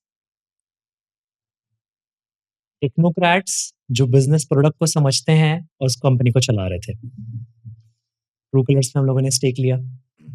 as a disclosure मेरी प्री आईपीओ कंपनी थी वो, ठीक है? जब कोई नहीं देख रहा था उसको तब जाके मैंने उसमें पोज़ीशन ले ली थी। बाद में जब वो आईपीओ की एंकर तब सब देखे, सबका कन्विक्शन नहीं बना, तो भी मैंने पोज़ीशन ली। आज स्टॉक काफ़ी ऊपर है। From my price it's up 65 odd percent. It's doing good, fundamentally सब कुछ अच्छा है and some people are chasing it at higher price as well, but that's their call. कुछ सोच रहे होंगे जो मैं मिस कर जाऊँगा। बट आई थिंक मैंने एक सही प्राइस पे एंट्री किया तो मेरे लिए आज एक कम्फर्ट, एक सेफ्टी और हुँ, पैसे बने। हुँ, तो जब मैंने पलसाना विज़िट किया तो मैं देखा कि सर, जो आप मशीन पोर्टफोलियो है, ये आपके पास ही या सबके पास है? तो बोले पूरे इंडिया में 2 ही प्लेयर्स हैं जो इस मशीन को पूरे इंडिया में सप्लाई कर सकते हैं। यानी कि अगर अरविंद ग्रुप भी उस मशीन को यूज़ कर रहा है ना, तो वो ट्रू कलर्स ही दिया है। लुधियाना में अगर कोई टेक्सटाइल की प्रिंटिंग कर रहा है और मशीन यूज़ कर रहा है ना, तो वो ट्रू कलर्स ने दिया है। अच्छा, कैसे आप एक बार एचपी कंपनी का प्रिंटर लेते हैं, तो उसमें जो इंक है वो किसी और कंपनी का नहीं डाल पाते हैं। तो ट्रू कलर्स ने मशीन दिया, अब ट्रू कलर आपको इंक भी बेचता है। हुँ। तो वो रिकरिंग बिज़नेस क्रिएट हो गया। इंक का और जो केमिकल का फ़ॉर्मूला है, वो ट्रू कलर्स का खुद का है। अगेन एक मोड क्रिएट हो गया उनके लिए। राइट नाउ लेट्स अज्यूम आप जो पेपर यूज़ कर रहे थे, आपके एचपी वाले में, अब पेपर तो आप शायद जेके का लगाओ या किसी का भी लगा लो, आपका लग जाता है। आपको ए4 साइज़ का और एक जीएसएम का पेपर चाहिए होता है। टेक्सटाइल प्रिंटिंग में जो पेपर चाहिए ना, वो भी ट्रू कलर्स देता है। तो आप एक बार उनसे मशीन खरीद लिए ना, उस मशीन का मेंटेनेंस, उसका इंक, उसका पेपर, सब ट्रू कलर्स आपको देगा। तो when I visited the factory, मेरा को पहला कन्विक्शन तब आया जब बोले कि सर, इंडिया में और लोग के पास है नहीं, मैं मार्केट क्रिएट कर रहा हूँ। उन्होंने मुझे मशीन में शेरवानी प्रिंट करके दिखाई, जो हमारे दूल्हे लोग पहनते हैं, ₹70,000 का, कुछ लोग अफ़ोर्ड कर पाते हैं। यार हर कैटेगरी के लोगों की शादी हो रही है, कोई लोअर मिडल क्लास भी शादी कर रहा है, पुअर फैमिली में भी शादी हो रही है, उनको भी शेरवानी पहनाओ, पर वो हाथ की कारीगरी वाली बहुत महँगी होती है और वेस्ट भी होता है। ये प्रिंट करके बना दी है शेरवानी, पहनो आप सर, कितना डिज़ाइन चाहिए आपको? मैं आपको 50 डिज़ाइन की शेरवानी दिखाता हूँ और एक फैब्रिक में प्रिंट करके दिखाता हूँ, आपको जो अच्छा लगेगा ना, उसकी शेरवानी बना के दे देंगे आपको। तो वो थान का वेस्टेज खत्म हो गया हुँ, पूरा। हुँ। पर्दे प्रिंट करके दिखा दिए पूरे-पूरे। आप जो बोलो, जो डिज़ाइन बोलो, जिस साइज़ में बोलो, आज सुबह ऑर्डर दोगे, शाम तक प्रिंट करके आपको मैं देता हूँ। That was the business true colours. When I visited, मैंने उनके चारों इंटीग्रेटेड बिज़नेस को देखा, प्रोडक्ट की वॉलेटिलिटी को भी समझा। ऐसा नहीं कि ट्रू कलर्स को प्रॉब्लम नहीं होगी। कल की डेट में अगर रातों-रात पेपर का प्राइस बढ़ जाता है, तो इनके लिए कहीं न कहीं रॉ मटेरियल तो पेपर है ना। तो मेरे को पूछना पड़ गया कि सर आप एट अ टाइम कितनी इन्वेंटरी मेंटेन करते हो पेपर की? कितना कॉस्ट आप इन्वेंटरी में ब्लॉक करके रखते हो? कितने एडवांस में आप पेपर की प्राइसिंग को एंटीसिपेट करके ऑर्डर प्लेस करके रखते हो? Fair enough question. आपको कैसे पता होता है कि आपका क्लाइंट कब-कब इंक ऑर्डर करने वाला है? कितने एडवांस में आप इंक की ऑर्डर बुक लेके रखते हो? क्योंकि उसके हिसाब से आप केमिकल खरीदोगे, प्रोसेसिंग करोगे, इंक बना के रेडी करोगे और आपको शिप करना रहेगा।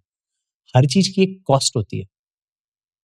मशीन के ओनर के लिए आपका स्टाफ कितना बड़ा है आज की डेट में? आपके इंडिया में कहाँ-कहाँ सप्लायर्स बैठे हुए हैं? I will not name the supplier, true colours का एक यूज़र था जो लुधियाना में काम करता है। मैं उस तक भी पहुँचा हूँ। एंड टू टेल यू, वो भी एक लिस्टेड कंपनी है। I got the feedback from them as well. He said that True Colors very good people. हुँ, सतीश भाई से मैं 5 बार 6 बार मिला हूँगा। मैं आज भी अगर पलसाना जाऊँ तो सतीश भाई के साथ लंच करूँगा। इसलिए नहीं कि मेरे को बिज़नेस के बारे में कुछ और पूछना है, बट मेरे को आपका फाउंडर विज़न जानना होता है टाइम एंड अगेन। मैं आपसे कभी नहीं पूछने वाला हूँ कि आप नेक्स्ट पैट क्या लेके आने वाले हो। इट्स ओके, मेरे को ट्रस्ट है कि आप अच्छा करोगे। बट कुछ टेक्नोलॉजी इनोवेशन हो रहा है क्या? हुँ। या क्योंकि टीम से हमारे पास में अगर एनालिस्ट है, मैंने डेडिकेट कर दिया है कि प्रिंटिंग टेक्नोलॉजी में रिसर्च करते रहो। कुछ नया आएगा तो सतीश भाई से पूछना पड़ेगा मेरे को। कंपनी अपने आप को अपग्रेड कर रही है कि नहीं कर रही? That is the reason. And अभी मेरे को एक बात बताओ कि हमने तो आपके पूरा फ्रेमवर्क की बात कर ली एंड कितने कंपनीज एग्जांपल्स की बात कर ली, but I didn't ask this to you. आपने फर्स्ट स्टॉक में कब इन्वेस्ट किया था जब आप 18 साल के थे, 17 साल के थे? क्या स्टोरी थी? आप स्टॉक मार्केट्स में आए कैसे basically? It's a beautiful journey. So I think around year 2017, 18, 19, ये 3 साल को मैं अपना स्टडी मानता हूँ लाइफ का बहुत इम्पोर्टेंट, ठीक है? तो 2018-19 में 2018 में ही ले लेते हैं, जब मैं दिल्ली में था, फाइनेंशियली मार्केट में बहुत डीप जब मैं जा रहा था, तो you have to see the global trend. India क्या कर रहा था उस समय? कोपेनहेगन समिट हो रहा था, पेरिस क्लाइमेट समिट हो रहा था, ग्लोबल वार्मिंग की बातें हम लोग शायद 10-15 साल से कर रहे होंगे, but Paris climate summit and Copenhagen summit were the first summits जहाँ पर हम लोगों ने ग्लोबल लेवल पे कंट्री ने ऑफिशियल कमिटमेंट्स देना स्टार्ट कर दिया कि हम लोग इतना गीगावाट का रिन्यूएबल एनर्जी प्रोड्यूस करना शुरू करेंगे। क्योंकि वो ग्लोबल कमिटमेंट था, उस ग्लोबल कमिटमेंट की टाइमलाइन्स थी कि 5 साल में इतना डिलीवर करना ही है, कंपल्शन।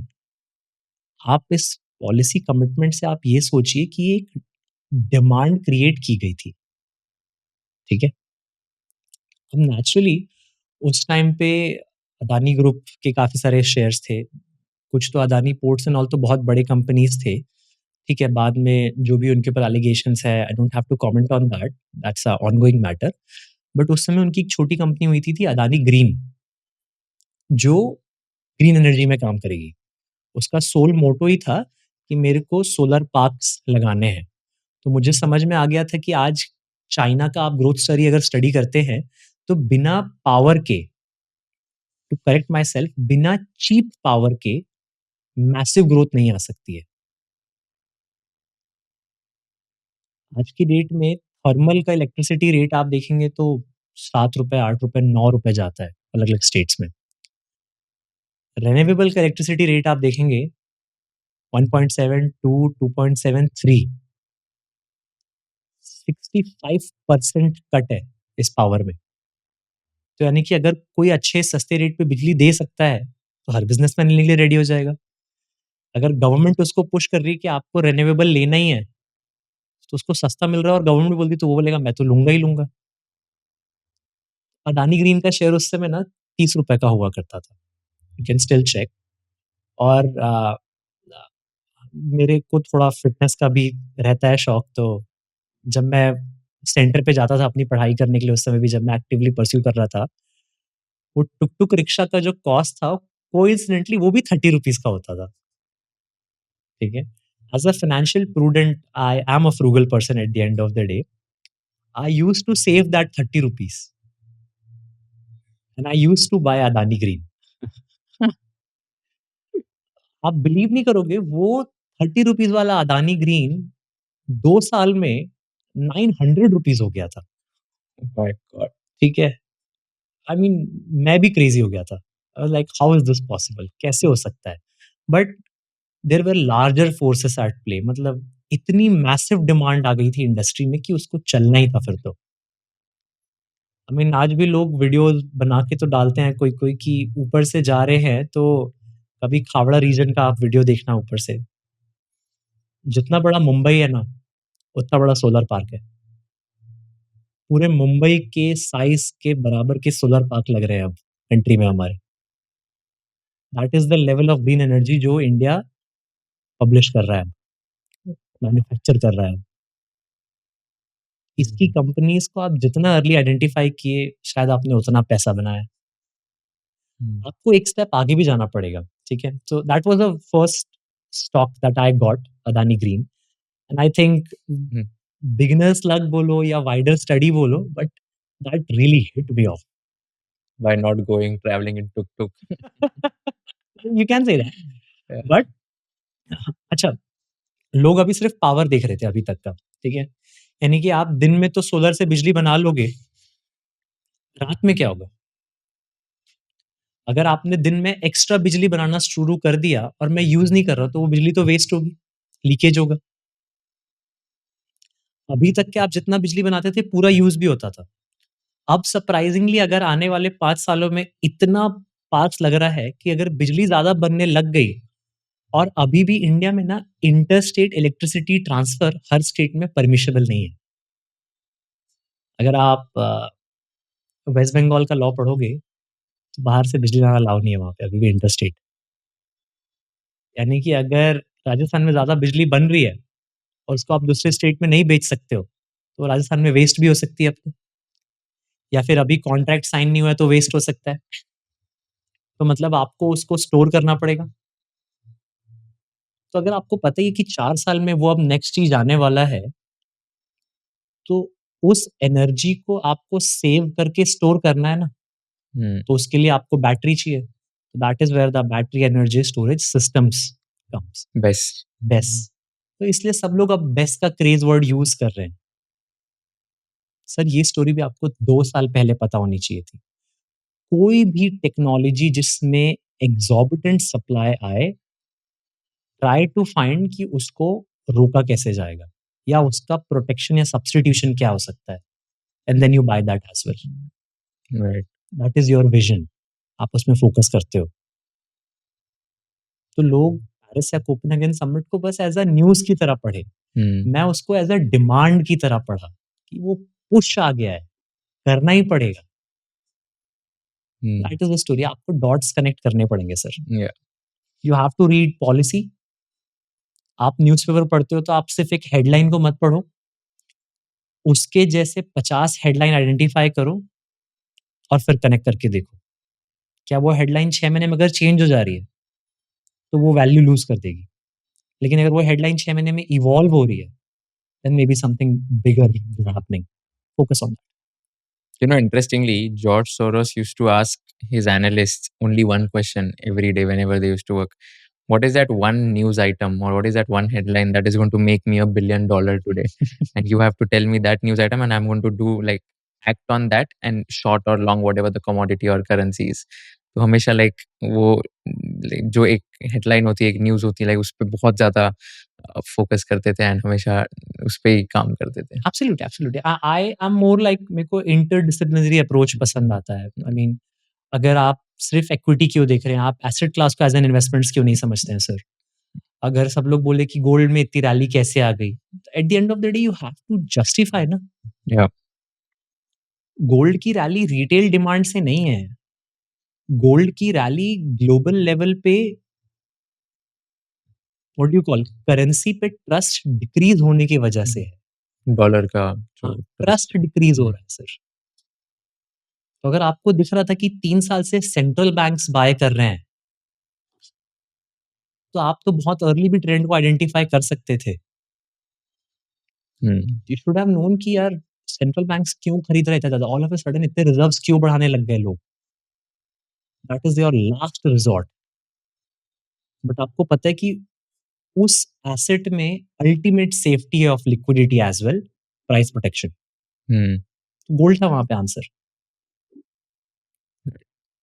तो always a question of why and why. कोई चीज बढ़ रही है, क्यों बढ़ रही है? आर्टिफिशियल है, जैक्ड है या जेन्युइन है? अगर जेन्युइन है तो कितने टाइम तक जेन्युइन रह सकती है? कौन सा मोमेंट होगा जब ओवर सप्लाई हो जाएगा? कौन सा मोमेंट है जब ऑब्सोलीट हो जाएगा? कौन सा मोमेंट है जब सब्स्टिट्यूट डेवलप हो जाएगा? Map it out. देखो कि सबसे बड़ा मार्केट शेयर किन कंपनीज के पास में है, क्यों है, कब से है, यूजर्स कौन है, कितना अच्छा बैलेंस शीट बन पाया है उसका, 5 साल पहले क्या बोलता था, करके दिखाया कि नहीं, 3 साल पहले क्या बोलता था, करके दिखाया है कि नहीं। जो इंसान अगर 1 साल पहले कुछ बोल रहा है और उसका 90% 80% भी अचीव कर रहा है, वो आज जो बोल रहा है ना, have some faith and goodwill, उसने वो कमाया है, वो डिजर्व करता है। इसलिए उसकी कंपनी हमेशा महंगा रहेगी नॉर्मल बाजार से, क्योंकि वो करके दिखाने वालों में से है। और आप बोलोगे मेरे को इतना महंगा लेना नहीं है, उसी स्पेस में मेरे को छोटी-छोटी सस्ती कंपनी खरीदनी है, तो अगर वो आपकी कंपनी डिलीवर नहीं की तो? दैट इज़ द रीज़न कि आपको ट्रैक रिकॉर्ड बिल्ड करना पड़ता है। Yeah. You must be the youngest fund manager managing 525 crores, right? So in a way yes, ठीक है, but it's not like I am alone doing it. There is a big team in the कितनी बड़ी team है आपकी? So there are 15 member in the research, Okay. ठीक है। On every single decision जहाँ पे मुझे FinAvenue में 10 करोड़ से ऊपर allocate करने का माइंडसेट बनाता हूँ, जब मैं रेडी करता हूँ, I don't take it upon myself. We have an IC committee, ठीक है। In IC committee there are 3 members. मुझे उन 3 मेंबर्स को कन्विंस करना पड़ता है, and then it's a voting system. जब तक वो फेवर में नहीं रहेंगे, if I like it I can not buy it, ठीक है, कोई बात नहीं। और उसका आप प्रॉपर रिकॉर्ड करते हो उस चीज को फिर, कि 6 महीने बाद अगर गलती होती भी है तो आईसी कमिटी ने एग्री किया था, किसी ने रिजर्वेशन दिया था, तो ठीक है। I mean just like supreme court में कैसे बेंचेस होते हैं, कोलिजियम बेंच अगर आप जब बनाते हो, 1 बेंच, 3 बेंच, 7 मेंबर बेंच होते हैं। कोई भी कॉन्स्टिट्यूशनल डिसीजन को सिंगल जज पास नहीं कर सकता है। तो वैसे ही FinAvenue में कोई भी अगर बड़ा इन्वेस्टमेंट डिसीजन है, तो उसको अकेले अभिषेक पास नहीं कर सकता है।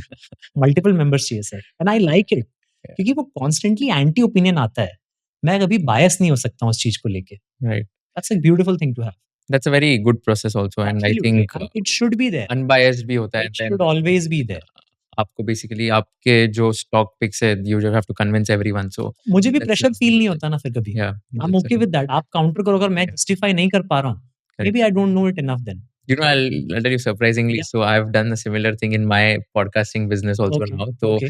जब भी जैसे 290 पॉडकास्ट कर चुका हूँ मैं पिछले 4 वाओ! साल में। वाओ! तो हर एक गेस्ट को फाइनल करने के पहले हमने भी गेस्ट अप्रूवल बोर्ड बनाया है 3 अच्छा, लोगों का। अच्छा। तो तीनों के थ्रू जाता है गेस्ट का प्रोफाइल, गेस्ट का background everything. Once all of them approve then only we go ahead with the very podcast. Nice. I mean it's तो वेरी इम्पोर्टेंट। मतलब similar to it's what is important, there. It's Yeah. Important. Very But nice. amazing, yeah. Thank you so much for doing this. I think I had a great time talking to you. Last question that I ask all my guests, which is a sure, tricky one. Sure. If you were in the shoes of Kushal Lodha and if you were interviewing Mr. Abhishek Jaiswal, what is one question you'd like to ask him towards the end?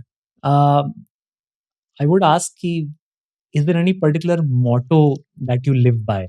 So, is there any ठीक है। particular motto that you live by? नहीं, so there are many. Hmm. ठीक है, तो एक दो बताओ. ठीक है। So the one thing that I would talk about is compounding is the real joy of life.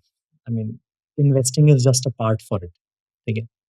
I believe that everything that I do, there has to be a discipline and process in it. Okay. And I'll justify it. Uh, for the past 7 years, I can tell it with a fist that on 97% days, literally 97% of the day, मैं same time पे उठा हूँ और same time पे सोया हूँ। Wow. ठीक क्या है, बात. क्या कितने बजे सोते हो, कितने बजे ठीक उठते है। हो? So I sleep at 10:30 and I get up at 5. ठीक है, Every day. every day. On better days, I sleep at 10 and I'll get up at 5 or 4:30 even. ठीक है, प्रैक्टिकली एट 8:40 मेरा फ़ोन डीएनडी में चले जाएगा। ठीक है, देयर आर ओनली 4 पीपल जिनका नोटिफ़िकेशंस मेरे को बायपास कर सकता है। Otherwise sir, I am not gonna take your call. It can wait till the next day. Medical emergency होगी 4 लोग का, तो मेरे को पता है मेरे को उसको ऑनर करना है या देखना है, I love them. Otherwise it's okay for me. Hmm. कोई वर्क नहीं होता है ऐसा। मेरे को पता है अगर कल कोई सुबह 7 बजे कोई चीज़ डिलीवर करनी है ना, तो वो 1 दिन पहले मेरे को पता रहेगी। 8 बजे के पहले पता रहेगी मुझे सर।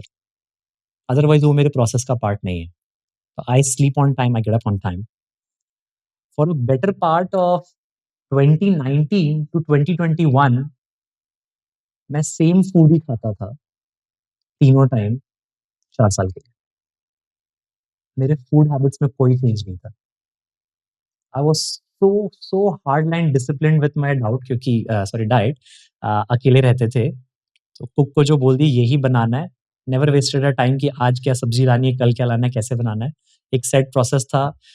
वो छोटा वाला जो सोनार की दुकान में वेइंग मशीन होता है ना, उसमें वो खाना मेज़र करती थी मेरे लिए और बनाती थी, बिकॉज़ मेरे को एक स्पेसिफिक कैलोरी में ही रहना होता था। मैं कभी उसको ब्रीच नहीं करता था। तो 3 से 4 साल तक मैंने कभी ब्रीच नहीं किया।